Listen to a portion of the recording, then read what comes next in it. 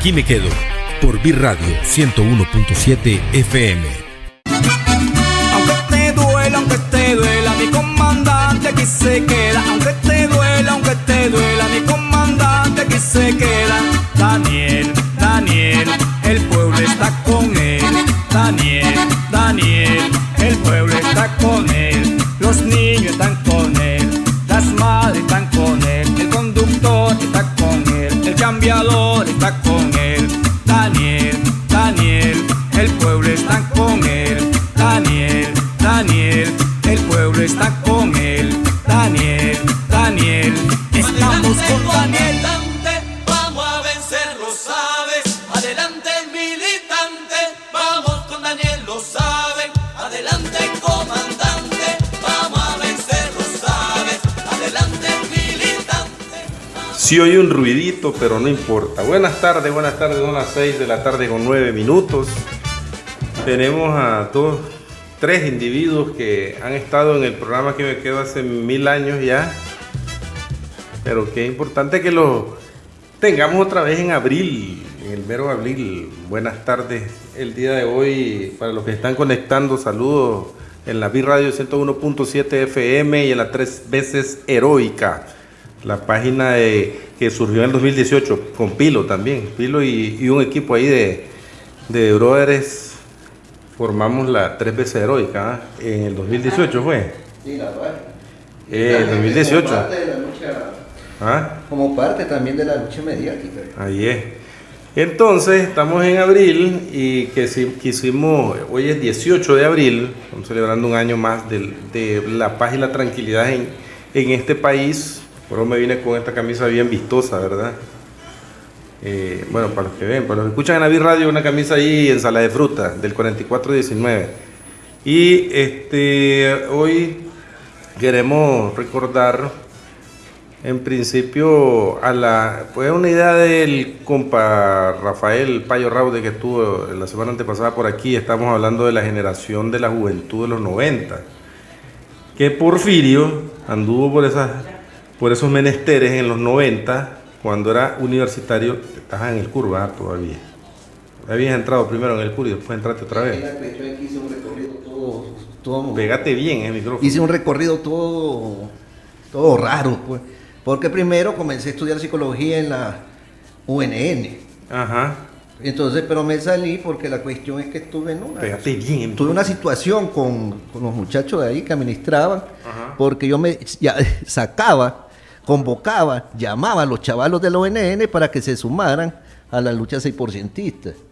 Entonces la administración, y ay hermano, pero aquí está en una privada. Y entonces, ¿qué querés? Bueno, entonces la solución es cierto, irme a meter a una universidad pública. Entonces, ahí está Porfirio, el compa Payo Raude. Bueno, lo vamos a retomar desde los 80, ¿no? Los 70 ya habló la semana pasada. De los 80 era secretario general de Anden, ¿verdad? Por ahí entró, estaba trabajando con el Frente como secretario regional de Anden en la región 1. Y después en los 90, pues con el Frente siguió firme, pues se fueron un montón y ahí quedaron ¿cuántos diputados, Porfirio? Bueno, el Papa no era diputado, pues, pero sí, quedaron 7 diputados de 37, de 47 a 48 diputados. Ajá. O sea, a ver, que entre ellos se quedó con nosotros, Francisco Rivera Quintero, el Zorro. Entonces, Gladys y otros. Entonces, el compa Payo viene de esa época, de esa generación de los 80, 70. Y tenemos otra generación que es la Yesa, pero esto sí nos ponen atención. La Yesa vos entraste en el 99, 2000 sí, o... 99, 2000. Ya estábamos entre Alemán y Bolaños, pues en esos periodos de gobierno. Y si no mal recuerdo, estuviste trabajando en las elecciones.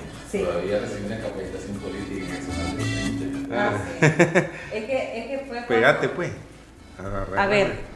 Cuando nosotros todavía no habíamos retomado al poder, siempre teníamos la organización de barrios, de base, ¿verdad? Yo creo que ha sido la fortaleza más importante del Frente Sandinista. Entonces, cuando era una chigüina el partido, recuerdo, Payo llegaba en una bicicleta a buscar a mi mamá, ¿verdad? Entonces organizaron en el barrio, la comuna, los consejos de base, ¿cómo se llamaban en esa época? Asamblea de base. Las asambleas de base. Entonces yo quedé ahí, en asamblea yo quedé nombrada como la coordinadora de la juventud de mi barrio.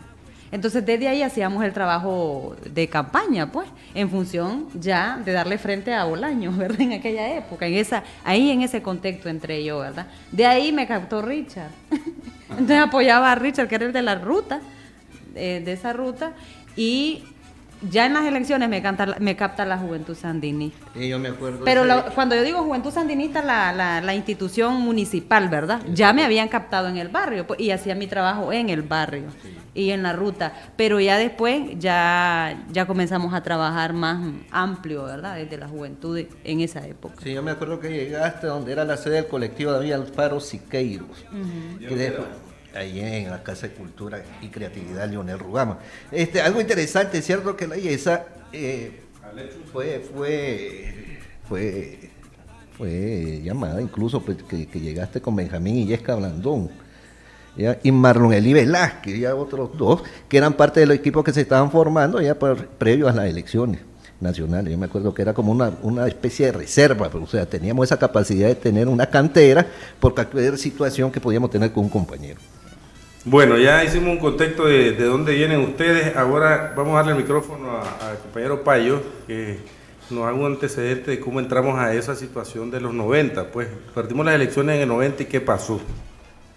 Bueno, la verdad es que yo vine aquí hoy, como dije en el programa pasado, por hacer un reconocimiento a toda esa generación que estuvo en los 90 ya en la oposición, juventud, los movimientos sociales, porque creo que ese espacio de tiempo no ha sido suficientemente documentado y reconocido, quizás, porque una gente que se metió, gente que estuvo también en la estructura del frente, ya teníamos dificultades, una de esas sabe, dificultades económicas, y yo le decía a algunos compañeros que yo recuerdo que uno de los actos del 19 de julio, cuando estábamos en los días más difíciles, se hizo en Managua en una calle, no fue en la plaza, fue el único acto que se hizo, creo que es en la calle de Metrocentro, que fue aquel famoso acto cuando se fue la luz y Tomás está probando y dice una palabrota ahí cuando vino la luz, y que después la radio, el Canal 2 y todos la estuvieron repitiendo, porque cuando él lo estaba probando, Tomás dijo, no se ve ni mierda, y en ese momento vino la luz, entonces se oyó en todo el... Pero sí se oyó. Se oyó, es que en ese momento vino la luz, o sea, es que no había luz, entonces Tomás, en ese momentito que él dijo esa palabra, la palabra de él ya sonó pues duro, entonces el 2 la estuvo repitiendo como para querer hacer ver como que una persona sin cultura, pues esa es la intencionalidad. Entonces se hizo ese acto allí, y realmente la gente que estuvo trabajando en todo eso, la gente que se movilizaba en aquellos camiones, no eran los buses que nos vamos ahora, sino que era en camiones, furgones, como podía. Esa gente realmente yo le hago un gran reconocimiento porque acompañó al frente con mucha disciplina y mucha mística en esos años después del 90 que hemos perdido las elecciones. Y yo creo que esa generación y la generación de los jóvenes, que decía Payo también, que tampoco, incluso la generación de los jóvenes que participó en la lucha por la paz el 18 de abril, yo le decía que hay que recoger todos esos nombres, porque en honor a la Orden Estelí, la primera agrupación que defiende la alcaldía son esos chavales, esos muchachos, ese grupo, hasta después eran otros compas, sinceramente, pues, yo recuerdo bien, y ese grupo no ha sido bien, yo les decía que recogiéramos los nombres de toda esa agrupación. Y esa era mi intencionalidad hoy, básicamente, pues, porque todo el mundo pues sabemos el golpe de la derrota, cómo la sufrimos. Particularmente a mí me tocó estar en el hospital cuando avisaron de que habíamos perdido, y fue una cosa impactante. Pero la reacción de la base del frente, la base de los compañeros de los barrios fue bastante fuerte, activa. Pasamos por momentos difíciles de pleitos, grandes bochinches, y superamos todo eso. Yo creo que ahora como frente hemos madurado, que ya sabemos que ese tipo de situaciones no nos llevan a nada bueno, pero bueno, fue una experiencia que tuvimos que vivir.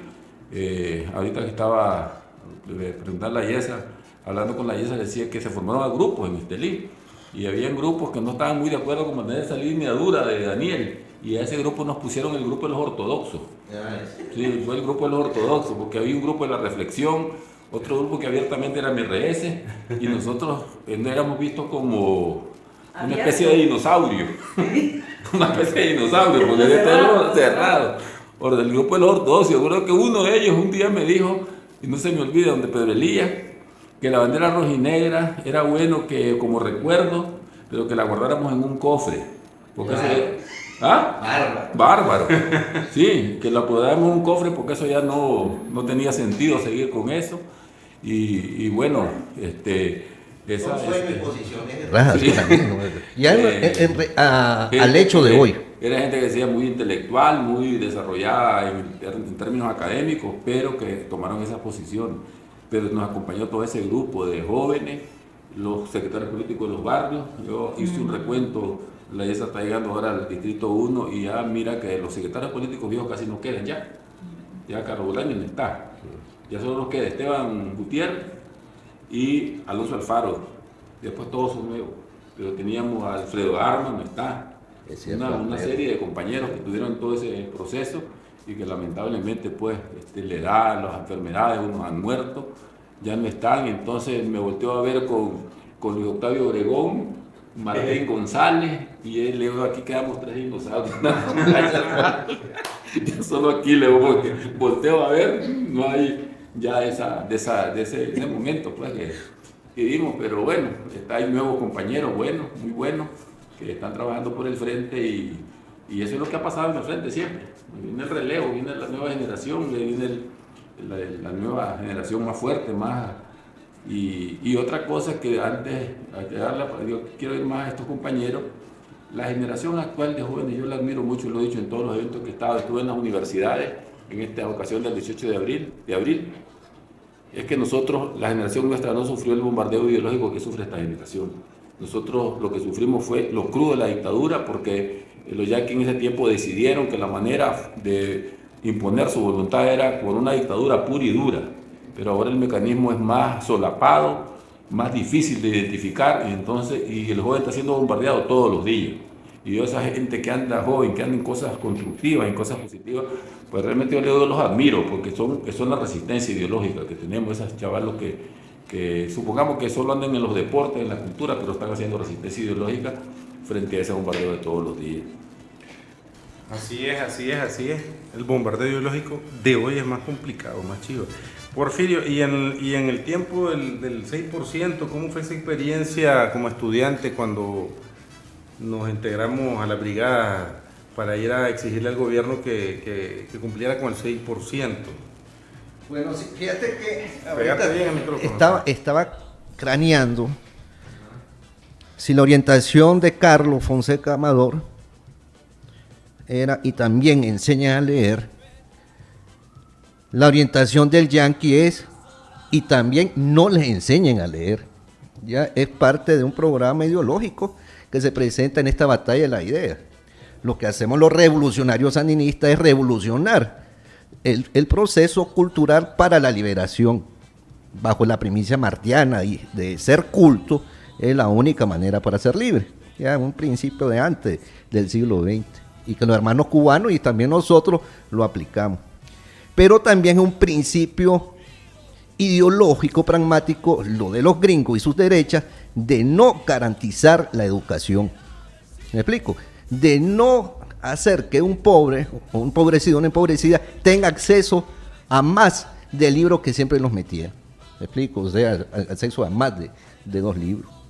Y en ese sentido, vino una bestia, porque lo puedo decir, lo puedo argumentar porque es una bestia, Humberto Belli, que fue ministro por aquellos tiempos de doña Violeta y argumentó en la entrada del neoliberalismo la necesidad de atacar directamente a las universidades públicas. Porque él comenzó también en el proceso, en el Estado, en lo que es la educación primaria y secundaria, incluso la preescolar, de hacerla privada, bajo la lógica y la mal llamada autonomía escolar, ¿se acuerdan? De los famosos 10 pesos voluntarios. Que si uno llevaba los 10 pesos, si uno llevaba el uniforme, pues hermanitos se sacaban. Y directamente el ataque hacia todos los compañeros y compañeras formados como educadores y que tenían como ideología la bandera sandinista. Esos 90, mira, provocó la primera movilización de los jóvenes de la FES que todavía resistían. Aquí en Esteli, ¿se acuerdan cuando los muchachos de la FES del Nacional y la FES del colegio se fueron a hacer una protesta en frente de lo que hoy es el Ministerio de Interior? ¿Se acuerdan? Liderado por Fidel Moreno, liderado por Mario Rivera, liderado por los compañeros chihuines de secundaria. Inmediatamente la represión de doña Violeta, pues, y de Humberto fue reprimirlos ya con gases lacrimógenos. O sea, tenía tiempo. Esteli, no sepa yo si tiraba a la guardia bomba lacrimógena en la lucha insurreccional. Los guardias. Uh-huh. Sí, en la lucha callejera, la primera medida fue la bomba lacrimógena. Y en el caso de los maestros, que estaba la Federación Sindical de Maestros de Nicaragua, que es el antecedente de Anden, se reunían en la casa cural, que le llaman, que es enfrente de la iglesia, al lado sur de Seri. Entonces la guardia llegaba y como estaban reunidos tiraba las bombas adentro, donde la gente estaba encerrada, y eso es un infierno. Sí, la usaron bastante. Entonces quiere decir que desde el 79 al 90 no se había sentido otra vez la bomba lacrimógena. Ya, pues, para que miremos pues la situación que tenían los estudiantes tras el inicio. Y decía la bestia de Humberto Vélez, incluso lo pueden leer en sus editoriales, que los españoles hicieron el error de retirarse, que necesitábamos más de su presencia monárquica, ¿ya? Y de su asedio y de su robo para podernos civilizarnos. Ahí está la tesis de Humberto, lo pueden leer cualquier, o sea, el nivel de idiotez que tiene este señor, hermano también del intelectual, abro comillas, la Bella. Sí, la Yoko. Sí, que ahora tiene acento español, parece, que creo que... Y gringo también. No, el gringo sí, es trilingüe. Y al servicio, literalmente, orgullosamente, al imperialismo yanqui. Ya no tienen asco y saben, porque fueron a pedir su ciudadanía, saben y nos contaban, hablando ya de abril de 2018, cuánto dinero, cuánta la plata le mandaba el Instituto Republicano y los organismos pro-yanqui para financiar el intento de golpe. Pues entonces, ese es el inicio, pues. ¿Cómo caemos al 2018? Ahí está, entonces, tras que gana el Frente Sandinista el 2006, toma Daniel el 2007, en enero, la primera ley que ordena a través de decreto presidencial es el regreso de la gratuidad de la educación pública. ¿Me explico? No hubo la primera cosa que hizo Daniel cuando agarra el micrófono, decrétese de nuevo la educación pública. Es para que mire pues cómo es el compromiso ideológico revolucionario, ese eje transversal de la formación educativa dentro de nosotros, el proyecto del Frente Sandinista de Liberación Nacional. Para que lo compares también de la reacción contrarrevolucionaria, que su lógica es que vos no sepas nada de letras, nada de escritura y peor de literatura. Y también que eso es lo que te cuento. ¿Cómo fue la experiencia? ¿Sabes? Nosotros entramos, como decís vos, en esa experiencia del 6%, pero entrar a un enfrentamiento que nunca lo habíamos vivido realmente, o sea, ver unos tranques donde vimos chavalos que salían torturados, los pintaban de azul y blanco, y hasta uno de ellos hasta ya falleció, un video que salió temblando, ¿te acordás que salía temblando? Sí, el compa de Matagalpa. Sí, y ese tipo de cosas nosotros, ni en la lucha del 6%, ni antes, pues nosotros, nuestra generación no la habíamos vivido. ¿Cómo te impactó ahí esa voz en ese aspecto? Y además tomando en cuenta de que tuvimos un 30 de mayo bien trágico nosotros ahí en la Trinidad. Bien, yo creo que el hecho de levantar un poquito. Ajá. Mira, el hecho de crecer, ¿verdad? Parte de mi vida en el neoliberalismo, siempre tuve la idea el anhelo, como nos instalaron a todo el pueblo nicaragüense, el anhelo de vivir un mundo de paz, y que esa esperanza era el Frente Sandinista, ¿verdad? A través del gobierno. Obviamente, nosotros llevábamos a partir del 2007 un proceso de paz bonito. Yo creo que después de la colonia español, de la colonización española, entre comillas, abro también, independencia en 1821. Después de ese 1821 nosotros hemos vivido más o menos 200 guerras. o intervenciones o formas de intervención de los gringos en Nicaragua. ¿Qué quiere decir esto? Que los nicaragüenses no hemos tenido periodos largos de paz, han sido interrumpidas. Entonces, la mayoría de nosotros los nicaragüenses hemos nacido en conflicto o crecido en conflicto. ¿Ok? Entonces, por eso es que realmente somos revoltosos, pues es parte de nuestra realidad. Pero hay una generación de chavalos y de chavalas que una vez que nosotros retomamos el poder en el 2007, comenzamos a instalar un modelo de reconciliación y unidad nacional en la que el mensaje, y no solo el mensaje, en la práctica, llamaba a la unidad, al entendimiento, al diálogo, la comunicación. Entonces, todos aquellos que venían como Pilo, como la otra generación de procesos conflictivos, de enfrentamiento, porque nos formamos con carácter y vivíamos casi a la defensiva, pues, y casi todos teníamos esa actitud defensiva, porque nosotros estábamos en contra del modelo neoliberal. Obviamente, yo recuerdo que hasta en los primeros momentos que comenzamos a hablar de ese tema, muchos compañeros nuestros no lo asimilaban. ¿Y por qué vamos a andar dándole programas y proyectos a gente que no es nuestra? Y esa discusión fue desde las bases. Obviamente, nosotros venimos a ese proceso de formación. Entonces, la juventud de la que nosotros venimos cambió y pasó por esa transición y la asumimos. La asumimos como jóvenes esa transición y fuimos promotores de la paz y fuimos los promotores. Está la generación actual que creció en los frutos de la revolución a partir del 2007, que son los muchachos que no vivieron este otro proceso. Entonces ellos son de este modelo, nacieron de este modelo, los parimos nosotros, pues. En otras palabras, fuimos la madre, esta revolución es la madre de esta generación actual, ¿verdad? Entonces, ¿qué es lo que pasa? A mí me parece que cuando el 2018 estalla en Nicaragua, estamos en distintos lugares, muchos de nosotros.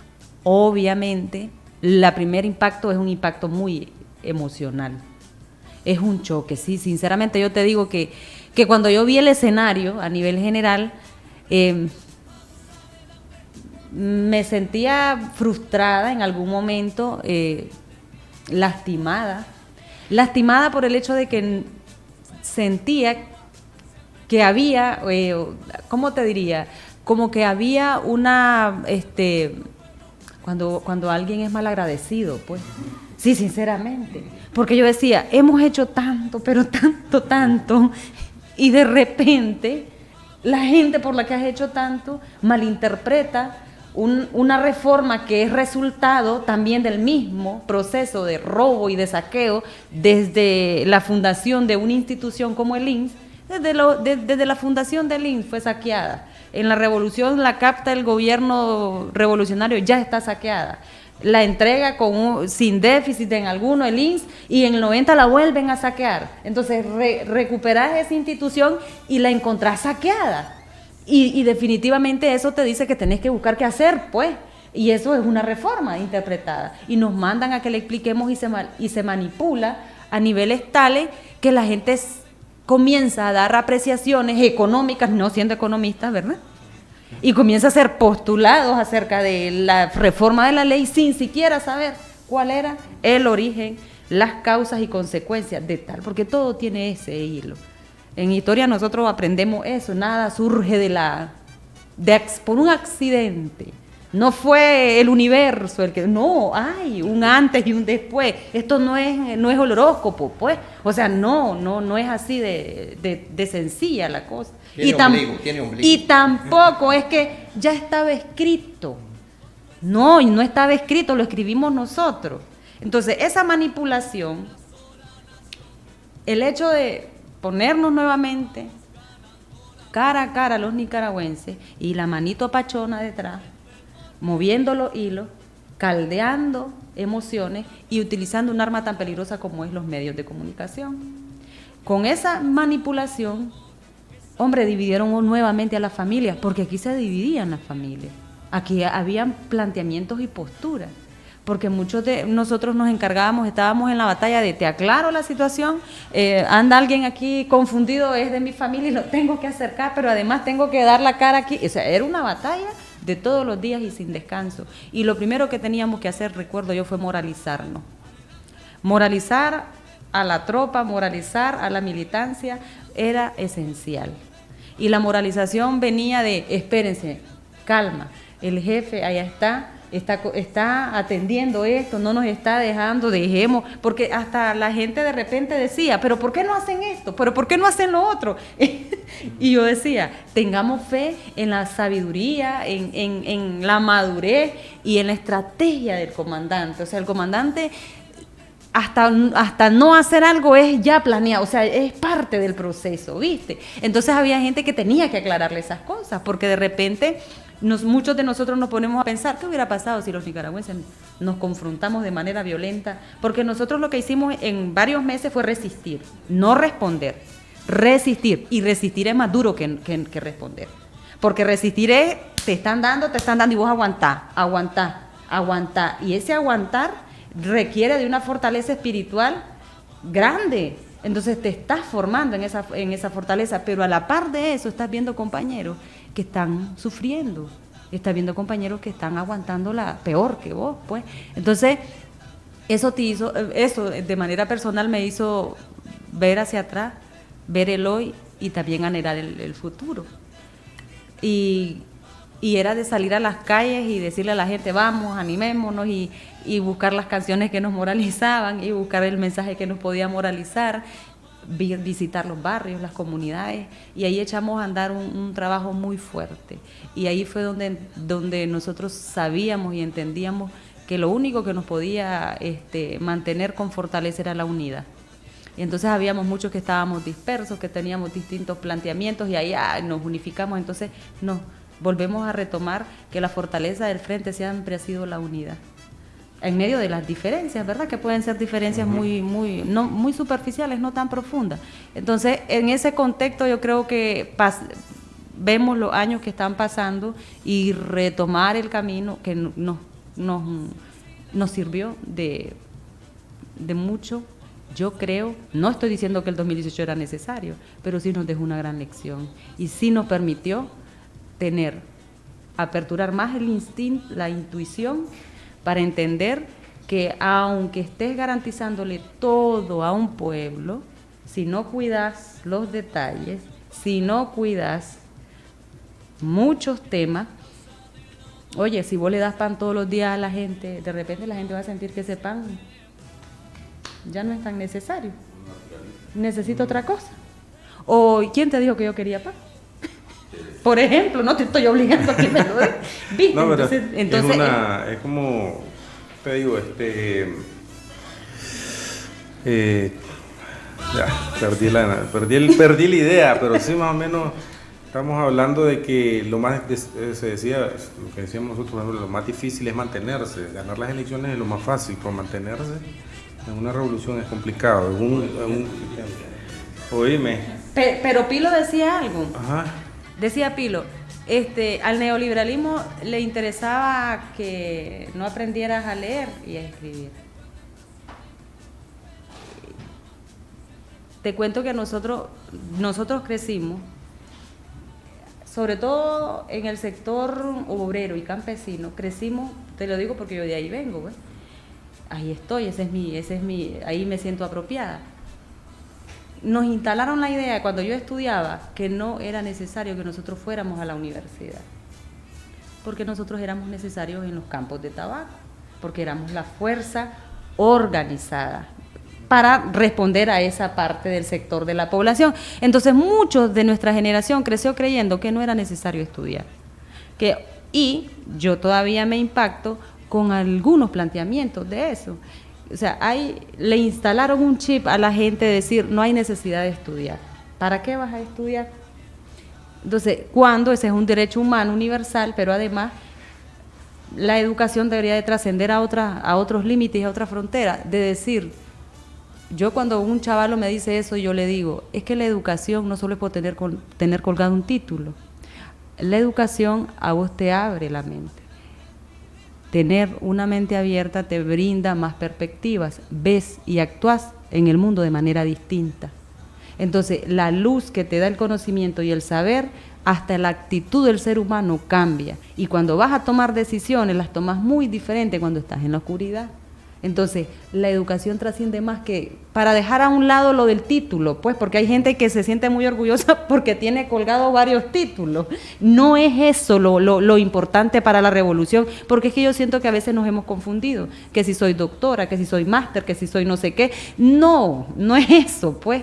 Más allá del título es de para qué te sirve eso que vos estás estudiando y que vos sos, vos sos un profesional, pero ¿qué estás haciendo con?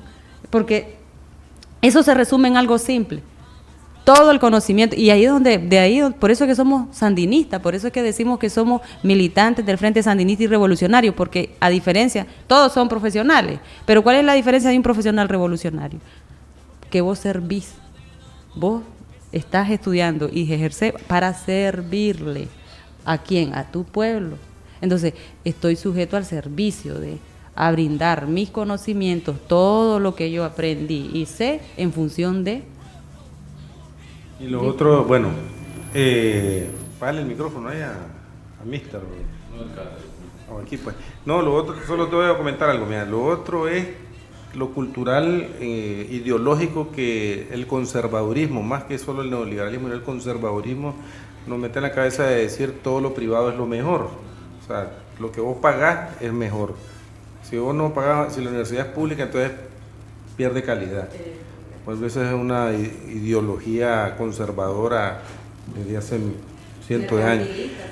¿Cuál fue la fortaleza de Daniel, del comandante, creemos, para que lograra vencer a un pueblo? La principal fortaleza de Daniel son sus 60 años de experiencia. Así de simple. Este hombre, el compañero del comandante Daniel, nuestro comandante, ha pasado por todas. Entonces era difícil que un liderazgo de ese bagaje, de esa trayectoria, se le aflojaran las piernas por una situación como esa, que fue el gran error de la derecha, pensar que Daniel estaba acobardado. Eso lo copiaron mal, totalmente mal. Daniel es un hombre que viene de una historia grandísima, que nadie, ningún líder de este país la ha pasado, de los opositores o incluso de los mismos nuestros. Nadie ha pasado toda esa trayectoria de Daniel y que esté actual ahorita. Entonces creo que la gran fortaleza que tuvimos fue la experiencia, la sabiduría y la paciencia de Daniel. Se decía, oí comentarios incluso, no sé si algunos compañeros lo oyeron, de que Daniel no daba la orden de hagamos esto, hagamos lo otro y estemos en la ofensiva, porque tiene lo visionan así en el mundo como líder a Daniel, que le gusta estar en el filo de la navaja y deja hasta el último, le saca el máximo potencial a la situación para después revertirla. Porque nos fijamos bien, dejó que se agotara políticamente el evento, no que se agotara militarmente, lo dejó que se agotara políticamente, para que la reacción que tuviéramos nosotros no golpeara, no tuviera un saldo negativo político, salimos fortalecidos políticamente, que es más importante que haber dado la batalla militar, es la batalla política. Y otra cosa que quería apuntar es lo siguiente, porque me han preguntado la diferencia de abril 79 a abril 2018. Que esto sí le tenemos que poner atención, creo, y es el gran desafío que para mí tenemos. La generación de 79, abril 79, que se levantó antes en septiembre, en el 77, en Pancasán, en Raitibocay, hubo razones objetivas para ese levantamiento. ¿Qué quiero decir con esto? Que los jóvenes que se alzaron sabían que aquí había un 60% de analfabetismo, sabían que la maternidad infantil era horrorosa, sabían que la maternidad de los neonatos era horrorosa, sabían que la tenencia de la tierra estaba por el suelo, sabían que los sindicatos eran prohibidos, sabían que los trabajadores eran maltratados. Entonces, esas son razones objetivas para que haya un levantamiento.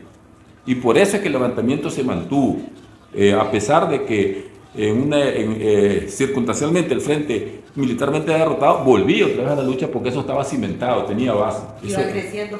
Claro, porque había, es decir, en el comunicado que el frente saca en el 74, da la lista de los precios de las cosas. ¿Cuánto le cobraban en un comisariato de un terrateniente, de un campesino? Y el frente sacó los precios. Me acuerdo del comunicado del 74 cuando le caso a la Gachibatí. ¿Qué pasa con este levantamiento de 2018? Que se fundamentó en crear emociones. ¿Y cuál es el problema de las emociones? Que son momentáneas también. Las emociones no tienen la misma persistencia de otro tipo, como el pensamiento, que es permanente. Pensamiento de... No, la emoción no. Por eso es que vimos que se ponía de moda estarse tomando fotos de azul y blanco.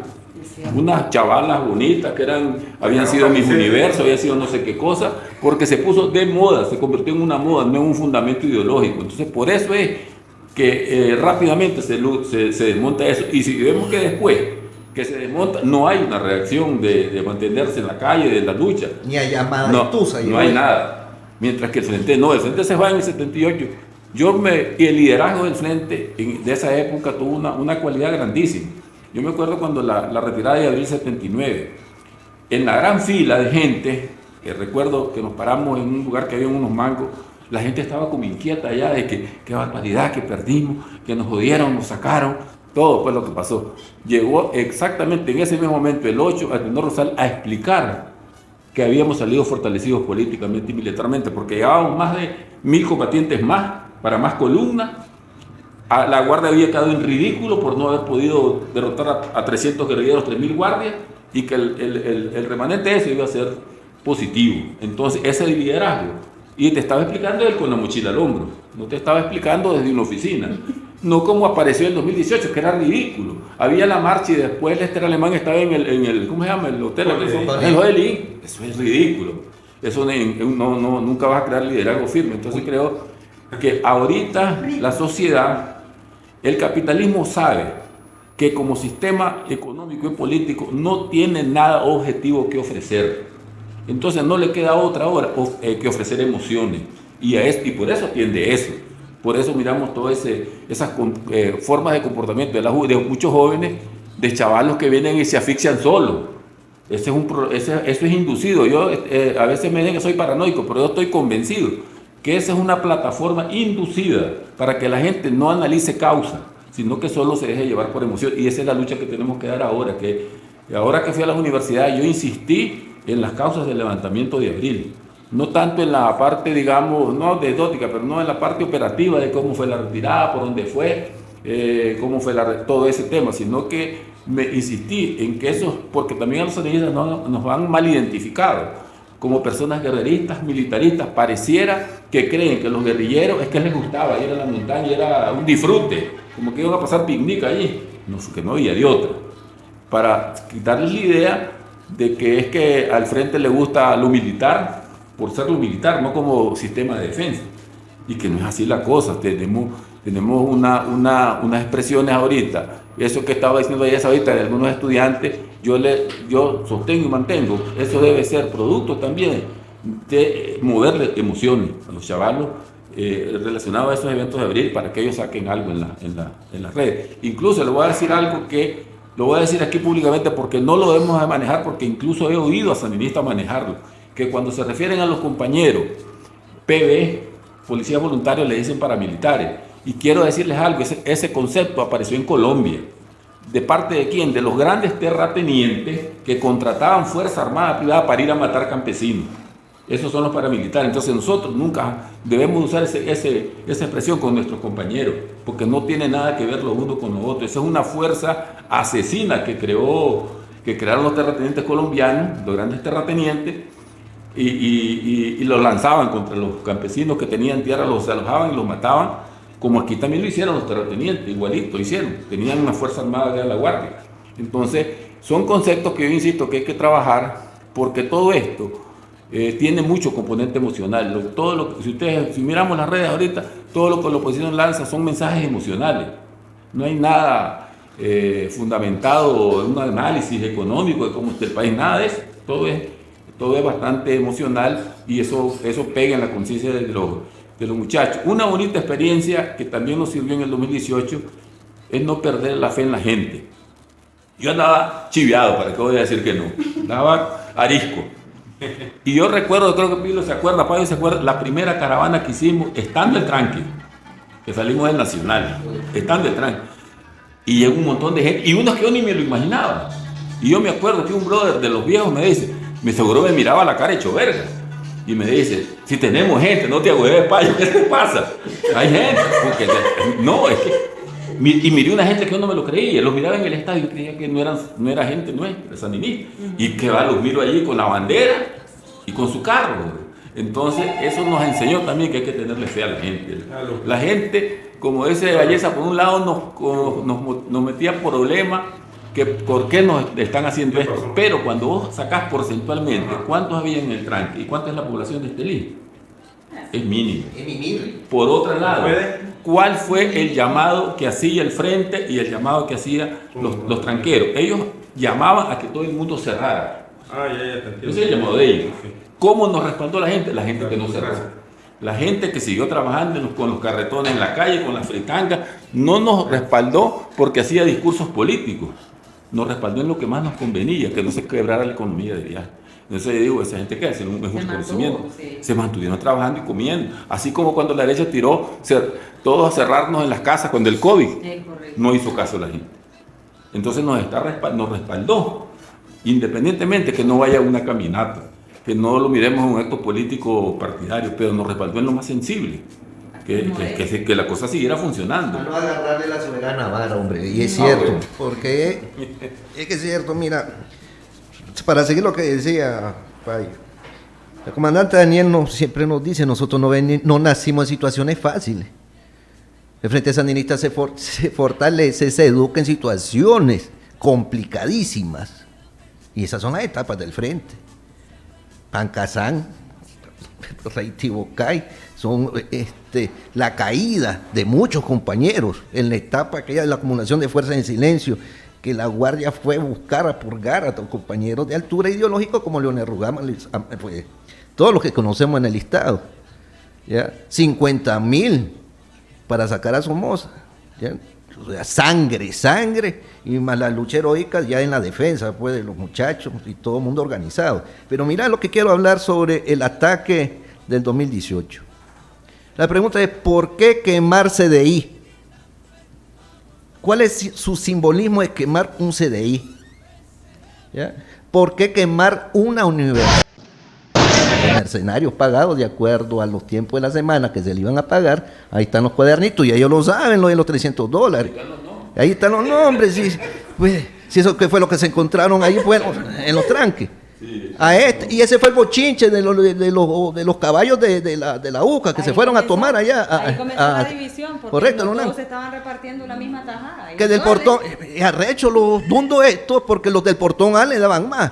Y el portón C, como estamos al fondo, no nos daban nada, había categoría. Cigarros, solo era cigarros. ¿No te acordás cuando ya después que se hizo pues ya liberar pues de tranque, y ya cuando fueron a hablar, los líderes y los que tenían algún grado intermedio y decían, sí es cierto, nosotros nos pagamos. Pero me arrechaban porque hay otros que les pagaban más que a nosotros. O sea, ¿cómo se le llama eso? Mercenarios. Ya, o sea... Y esa celebración de quemar a alguien, loco, te lo digo, más allá de ser sociópata, no sé, puede celebrar y aplaudir. Y te estoy hablando de un líder religioso, ya, de tratar a un ser humano y tirarlo literalmente a un pozo de mierda. Porque eso fue lo que orientó, de Darwin, de allá de Carazo. O sea... Literalmente eso, y no se jactan, dicen que no, es cierto, de así es, y así tenía que ser. Escucharon a Oipo de aquí, de Estelí, decirle a Daniel, andate porque no te garantizo la vida. O sea, había agarrado la gran vara de que esto estaba terminado, pero es parte de su proceso de estimulación, de decir lo que decía el loco el periodista del Canal 10, que tenía, no, el del 10, el gordo, el pingüino. Los tenemos locos. Vamos ganando. Ya se fue, lo que decía Mora. Ya se rindió, ya está hablando aquí, y ustedes van presos, el resto va preso, el otro aquí va preso. O sea, y eso eran sus líderes, o sea, crear condiciones. La Chilindrina cuando iba quemando desde Masaya a Granada, porque ella lideró la quema, estimulando a la población. Estamos en Granada, ¡ay, qué rico! Estamos quemando Granada, así como lo hizo Walker, pues. O sea, ese sentir no tiene fundamento ideológico, como dice el compo, pues es puro. No llevo ni a llamar a Etusa. Pero ahí la simbología que quisieron utilizar también de la insurrección, o sea, Masaya, por ejemplo, es una ciudad que fue insurreccional en el 77. La ciudad de símbolo, León, Estelí, Masaya. Ahí viene, o sea, es que hubo creen que ahí están los MRS ahí involucrados Claro, en si ese ellos fueron el aspecto. brazo militar. Brazo militar que lideraron eso, o sea, y sabían. Yo me acuerdo, el Dorito, cuando dijo que había que quemar una pipa en un tranque.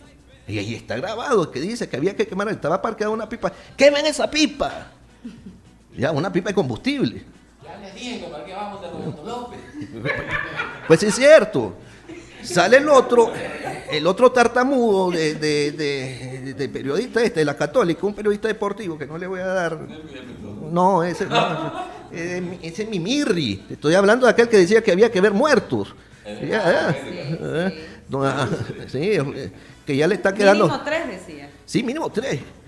Igual el otro, mira, es que eran más incendiarios los traidores. Y cuando Porque le decían- Oscar René Vargas No. era otro que te daba cifras. Pero estaban desesperados, mira, porque comenzaron a cambiar a través de los medios. Yo decía, hombre, ellos dicen que nos tienen locos. Y de repente llegaban y le trataban de metérsele en la mente a la gente y le decían, pero si Daniel, cuando ya lleguemos y tomemos el poder, los va a dejar. Y ustedes se van a quedar porque no van a alcanzar en el avión. Entonces, dejen de estar de loco. O sea, lo que le estaban diciendo de manera subliminal al pueblo era déjenlo solo. Correcto. Déjenlo solo. Inventaron Claro. el levantamiento del ejército que estaban las tanquetas en la llena Sí. Avenida Chávez, ¿se Y acuerdan? mira lo importante de esto. Yo siempre voy a decir, miren, el mundo es cíclico. Los procesos son cíclicos también.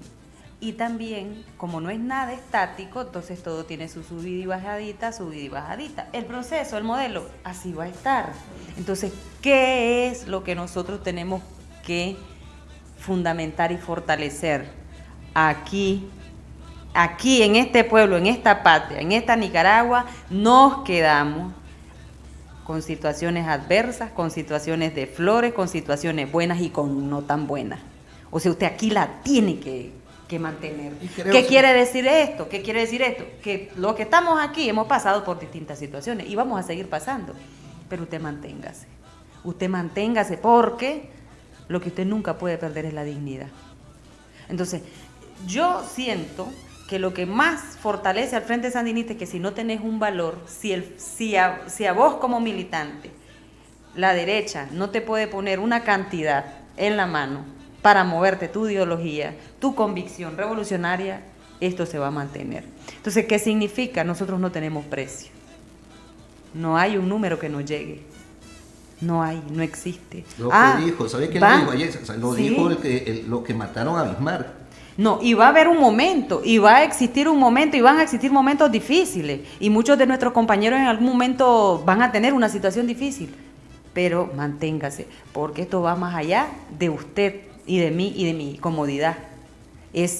Tenemos que seguir trabajando, porque la revolución requiere trabajar más y necesita más años para seguir consolidando. Entonces, el sueño de nuestros héroes y mártires todavía está en construcción, y eso significa que tenemos que seguirla aquí. Entonces, porque también hay estrategias para crearte necesidades, y que si esas necesidades no las cumplís aquí, te vayas a buscarlas a otro lado.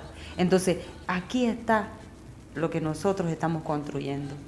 Y en medio de esta Nicaragua, con mucho esfuerzo y con muchas adversidades, la seguimos luchando. Por eso, recordar el 18 es decir, aquí estamos todavía, en pie de lucha. O sea, no nos vencemos ni nos rendimos. Decía la frase, a mí me encantaba, aquí no se rinde nadie, era verdad. O sea, yo no sé si vos te vas a rendir aquí, nadie. y eso moraliza, o la fortaleza. Aquella fortaleza cuando nos inspirábamos en aquel poema, en aquella canción, que decía que el ave, la confianza la tiene en la ala, no en la rama donde se posa porque puede quebrarse. Es tu fortaleza. Así es. Entonces, obviamente, nosotros salimos fortalecidos. Claro que sí salimos fortalecidos, pero nos tocó esa situación para demostrar esa fortaleza. Entonces, ¿qué nos toca en la actualidad? Ir captando e ir atendiendo a toda aquella gente que decía payo, gente que no se salía, pero sí es. y que la tenés que ir a tocar, ir a visitar, ir a hablar, ir a conversar. Estamos celebrando un 45-19, estamos reafirmando militancia. Y por qué no tocar las casas que no hemos tocado, pues, porque la apertura y la aceptación de este modelo es más de la población nicaragüense que la oposición. Está comprobado. Pero tenemos que tener seguridad de eso y confianza, que a veces esa es la que nos falta, porque como solo nos vemos a veces los mismos, creemos que somos, no, en estos miles de casas que hay en Estelí, hay mucha gente que nosotros no la hemos visitado ni la hemos tocado, y es nuestra militancia, que cuando estaba viendo esa situación, estaba con temor y estaba con dolor y estaba con ira también. Mira, yo conocí gente que cuando decían cosas del comandante se molestaban, decía, ¿cómo van a ir a respetar al comandante? O sea, la gente respalda al modelo, respalda al comandante y respalda al Frente Sandinista. A veces lo que nos hace falta confianza es a nosotros mismos. Yo creo que nosotros no creemos en la fortaleza que tenemos algunas veces y porque nosotros nos queremos cuantificar, medir. Y no se puede cuantificar ni medir un respaldo, porque esto es subjetivo y es por momentos también. Entonces hay que aprender a tener confianza en lo que tenemos y a cuidarlo, ¿verdad? Entonces, ¿cómo lo podemos cuidar? Desde las distintas trincheras donde estemos, obviamente, pero también aperturándonos, dándole nosotros la oportunidad y dándole a la gente la oportunidad de acercarse al modelo, de vivir en el modelo y de que sumemos. Porque la única forma que nosotros tenemos para seguir fortaleciéndonos en el frente es seguirnos sumando. Nosotros no podemos restar, no aplica ni la resta ni la división, solo, bueno, multiplicarnos si somos buenos a multiplicarnos, pero tenemos que sumar, no solo eso. Vamos, el micrófono. Mira, yo creo que ya tienen que ir, pues, pero nos habían dado 15 minutos más en la birra, pero bueno, vamos para cerrar. Es importante que sí, en cuanto a la presencia directa, una vez dijo don Papayo, en una reunión dijo, es preferible que te digan, ya aburrís porque venís, a que te digan nunca ha venido. Y eso fue comprobado. Yo fui a una comunidad antier, creo, con el Ministerio de la Familia, y un señor, ves qué bonito que andan buscando a los chavalos para que vayan a la escuela. Qué bonito, antes no miramos eso, que llegaran a buscar a un chavalo para decir, ¿por qué no vas a clase? Anda a la escuela, vamos a la escuela, que ¿por qué te saliste? Que no hay que... Y ese es un reto que tenemos también dentro de este contexto. Y otra cosa que miramos, viejo, es ese encuentro, el reencuentro entre esa vieja militancia con la juventud, y que nos dio algunas pautas a nosotros, esa vieja militancia a nosotros, en ese contexto. ¿Cómo ves vos ese fenómeno? Y además, ¿cuáles son los retos ahora? Pues, pégate bien el micrófono. Bueno, yo primero, por eso dije al comienzo, yo me quedé admirado realmente de los chavalos que se incorporaron a la defensa de la paz con decisión, sin mayor experiencia en ese tipo de enfrentamiento, que independientemente que hayan estado en la lucha del 6%, la naturaleza de este enfrentamiento no era el mismo, tenía otras características, otras dificultades. Los mayores estábamos también desconcertados en ciertos momentos. El planteamiento de Daniel se viene entendiendo en los días, de entrada, sin decir, estábamos desconcertados. El planteamiento de Daniel yo lo vine entendiendo al paso de los días, de qué será la estrategia más acertada de resistir para que se desgastara el evento. Entonces se dio lo interesante de eso es que se dio un reconocimiento de grupos de compañeros de la vieja guardia, podemos decirle, cuando se encontraron que también habían gente joven, chavalos que no habían participado en la lucha antes del 79 ni en los 80, pero que estaban con ellos ahí también. Y era bonito porque de alguna manera estos señores, compañeros veteranos, se ponían como en el plan de protección, en alguna forma. Y yo me acuerdo que cuando Payo estaba por allí, Pedrito me llamaba y me decía, no te preocupes viejo, yo voy a proteger a tu hijo, yo voy a cuidar a tu hijo, que no le pase nada. Y entonces él miraba como algo especial, que en este caso Payo, Porfirio, los muchachos jóvenes que andaban allí, tal vez no esperó encontrarse eso, de que esos chavalos iban a decidirse a enfrentar eso. Entonces fue una buena experiencia que tuvimos, que se desarrolló por esa razón. Y yo siempre digo que la confianza en la gente es parte de lo que le viene dando lecciones a uno. En la cuadra donde yo vivo, de repente pues aparecieron unas motos ahí con unos tranqueros y para mí fue impactante que la gente de la cuadra, la mayoría se salieron a preguntarme qué pasaba, que no te preocupes, que no sé qué. Entonces, y tal vez yo dudaba de personas que estaban en esa cuadra, pero salieron. Incluso hubo uno que yo no lo tenía ni ubicado como sandinista y el hombre, no sé dónde había conseguido un mortero y estaba encaramado en el techo de su casa. Y me dijo, mire, me dice, yo estaba aquí arriba, me dice, por cualquier cosa pues que podía pasar. Entonces, de repente, yo lo que siempre pienso es que, donde tal vez un poco hicimos un mal análisis en general, es que esa masividad que se dice de apoyo a ese evento no había. Nosotros lo mirábamos porque no habíamos visto eso. Nosotros habíamos visto marchas de los tranqueros de 20 personas. Entonces, cuando miramos 2.000, 3.000 personas, te pones arisco. Pero en realidad, si lo relacionás con el grueso de la población activa, no era mayoría, era una minoría. Y la marcha más grande que hicieron en Estelí, que fue la convocó la iglesia, la recuerdo bien, pero salieron hasta compañeros sandinistas ahí. Y después yo platiqué con ellos y la respuesta que me dieron tiene lógica, que la iglesia llamó una marcha por la paz. Ese día, concreto, ¿te acordás? Cuando aquella gran marcha que hicieron, no llamaron que era marcha contra el gobierno. No. Llamaron que era una marcha por la paz y después la desnaturalizaron. Pero entonces por eso miramos esa gran avalancha de gente.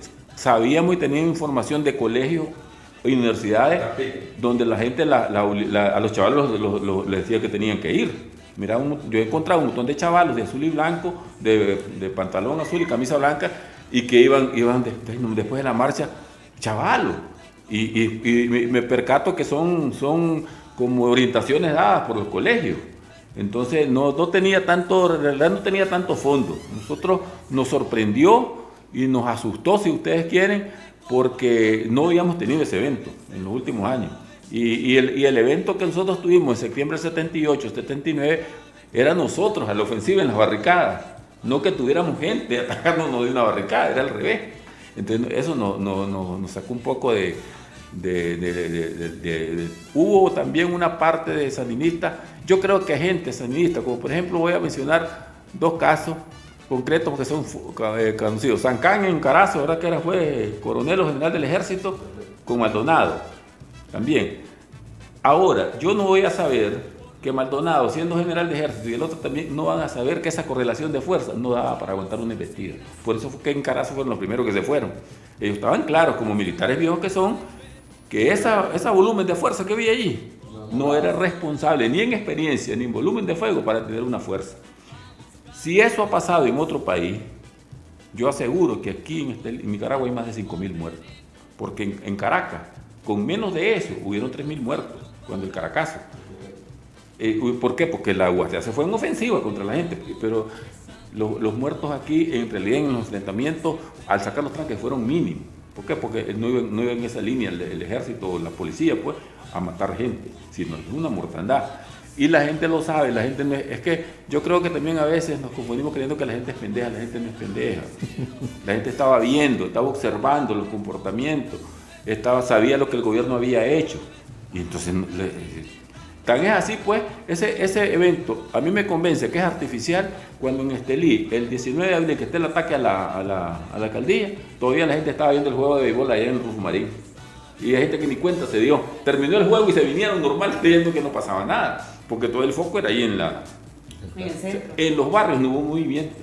Yo no. Nada. No se sublevó nadie. Nadie. Y cuando ni pudieron organizar ningún barrio. ¿Ah? Yo lo comprobé. No ni había nada. Ni pudieron organizar ningún barrio.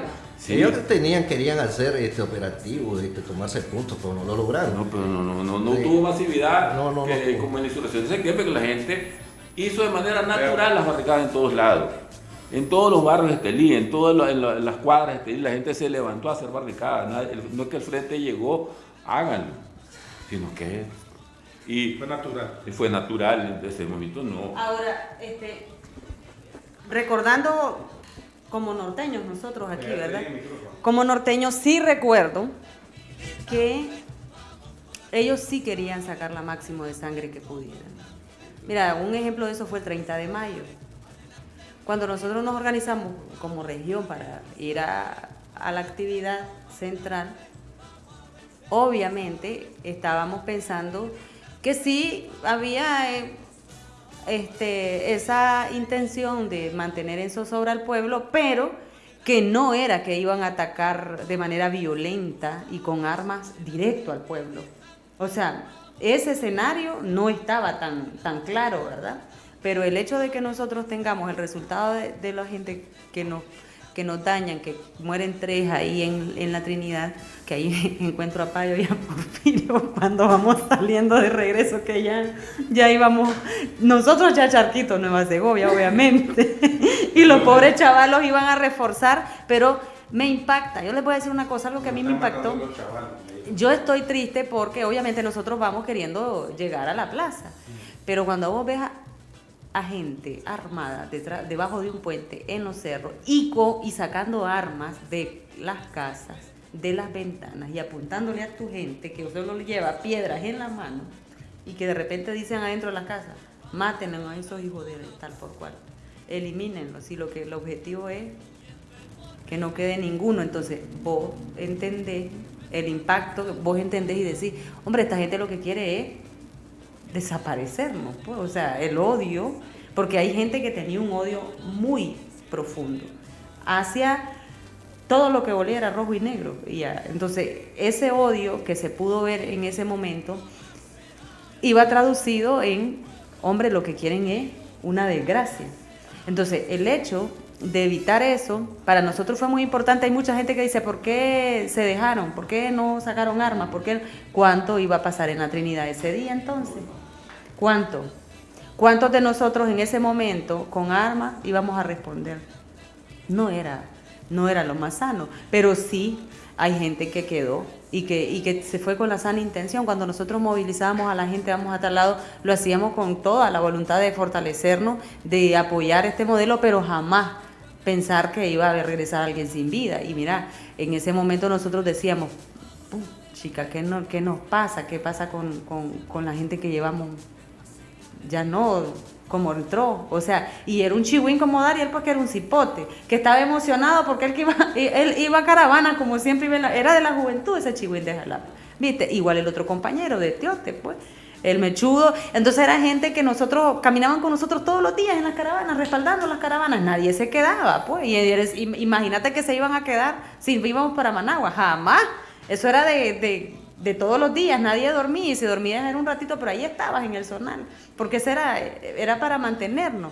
Entonces, obviamente, nosotros decíamos, tenemos que hacerle el ánimo y evitar al máximo situaciones como esta.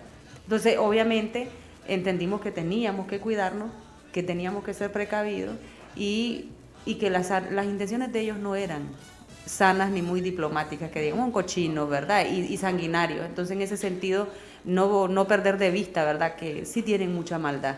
Y si pueden hacerte daño, te lo van a hacer, y duro. Entonces, no nos confiemos. Yo siempre estoy como seré toda la vida desconfiada. Ahí es, ni modo, pero así me toca la experiencia. Fíjate que ahorita que los escucho, ellos nos atacaron desde antes. 2014. Una caravana que venía de Managua. Ah, es cierto. Pues sí, sin asco se agarraron. Pues sí, a que dispararon una caravana que veníamos de celebrar el 19. Y se sabe quiénes fueron. O sea, no los que jalaron el gatillo, ya estamos claros dónde están, pero los que organizaron y pagaron son los mismos que salieron 4 años después. Y clarísimo está en la lógica, o sea, y nosotros... Decidme, ¿quién de los que iban en la caravana, que era enorme, la caravana del frente, que enorme, estoy hablando que solo eran 150 buses. Imagínate la gente que venía de Somoto, la gente que venía de Jalapa, la gente que venía de Nueva Segovia, los que se encontraban de Matagalpa, los que se encontraban de Jinotega, esa era la caravana que iba entrando. No hay que ir nos habían atacado una vez que supuestamente nos fuimos a otra hora para no confrontarnos y nos encontramos ahí por las playitas que ellos venían. Y venían preparados, se echaba a ver que venían preparados porque habían hecho con unas latas o algo así como unos escudos. Y mataron a un señor de una pedrada de Jinotega, me recuerdo bien que allí lo mataron. Correcto, ahí entonces... En ese lugar ya había habido ese comportamiento agresivo lo venían presentando como con lo que ha dicho Daniel siempre, que ellos sabían que la opción para votar al frente era romper la paz. Ellos sabían que si el país seguía en paz no había posibilidades de ganar el electorado. Y esa era la única... ¿Cierto? manera de La hacerlo. variable, sí, mira, la variable más importante que quiere el hombre y la mujer nicaragüense es la paz. Aquí dejémonos, o sea, no nadie va a venir, ¡y viene la guerra, qué rico! No, por lo que decía la IESA, más de 200 conflictos intencionados, más de 5 intervenciones directas de los yanquis, no hombre, y cansa, o sea, y como te digo, y ya la gente, ya para hablar como de lo que pasó ya después de 2018, se descubrió radicalmente quiénes eran, se descubrió radicalmente cuál era el pago. Ajá. Ellos mismos, en entrevistas a medios yanquis, dicen cuál era, hasta ellos mismos se están matando. Ya, por cuestiones, porque todavía dicen que le faltan unos billetitos que no le han pagado. El grupo Monteverde. Los Monteverde, no, fíjate. La creatividad Monteverde, pero bueno, como dijo el comandante Daniel, fíjate, qué rico lo dijo el comandante. Y los que no alcanzaron en el avión fueron ellos. ¿Ya? Por eso. No hacía nada de eso. ¿Cómo decimos? No, tiene su momento rico. Riquísimo, lo dijo. Fíjate. Y los que no alcanzaron en el avión fueron ellos. No, entonces, ¿por qué? Mira, como dice el maestro. Ya vamos a terminar, Chapela. Ajá. 60 años de experiencia, no es juguete. Ellos son volátiles. Si te comienzo a mencionar nombres de muertos políticos del tiempo de la Violeta, del tiempo de Arnold y del tiempo de Bolaños, te asustás. Que se la tiraban de grandes líderes como fuerza emergente, fuerte. Y hoy fueron borrados, pero radicalmente de la historia, que por eso no los menciono yo. Pero voy a mencionar uno porque ni saben quién es. Tony Barra. ¿Ya? Ese era uno de los primeros cuchumbaleros. ¿No te acuerdas? O sea, pero bueno, no hay que estar reviviendo muertos. No. ¿Ya? Y es cierto, no tienen el liderazgo, todavía no han parido un liderazgo que logre derrotar a la fuerza sandinista. Allá están llorando con Milei. Ay, no. Los argentinos lloran sangre. Lloran sangre. Y aquel rico que sin asco dice 70,000 vamos a correr mañana. Ya relajadísimo. Bueno, ya son las 7:16 minutos, ya nos vamos a retirar. Yo otra análisis que iba a hacer, pero ya es muy tarde, pero era por qué ellos han desarrollado, o sea, por qué la derecha o las derechas desarrollan con más fuerza el odio, porque nosotros somos capaces de ser adversarios y hemos trabajado con ellos a la par en frente de la oposición o siendo oposición, pero no hemos desarrollado un odio de ese nivel, pues como ellos. Loquito, si el COSEC y aquel Odio, económico se le garantizó una oficina, el Frente Sandinista, gobierno, para que incidiera en políticas dentro de la Asamblea Nacional. Ajá, o sea, nosotros estábamos ya cachimba. Ellos hacían unas marchas, yo me acuerdo. ¿Sí? ¿No te acuerdas? El Chanito. Sí, Chanito no estaba rico. El mestizo, el gringo mestizo, beisbolista, nos levantaban, se puso hasta el naipe cuando Daniel le dijo que le íbamos a poner al hoy soberanía, Denis Martínez. Y andaba, el chirizo, hombre, ese que no. Denis. Y lloró rico, se tiraba, brincaba. Sí, estábamos bien. Sí. Ya nos vamos, hombre. Saludos para Adiac, se conectó desde el comienzo. Adiac Trivinio Barreda. Rachel Herrera, saludos, que nos estuvo acompañando. Ya la Daniela Velázquez, ya se movió el portaaviones, dice. Daniela José Abel Vallecillo, saludos, dice los caramelos que empacamos, Payo, dice, saludos, José Abel Vallecillo. Saludos a todos los que se conectaron a la página 3 veces Heroica y a la BIRradio 101.7 FM. Nos fuimos, estuvimos aquí entonces Porfirio Treminio Colindres, Ayesa Valladares Acuña y Rafael Raudes Rodríguez y Rafael Raudes Chón y Rachel Herrera Vázquez Herrera, perdón. Nos vemos el próximo jueves. Aquí me quedo. Adelante militante, vamos con Daniel, lo saben. Adelante comandante, vamos a vencer, lo sabes. Adelante.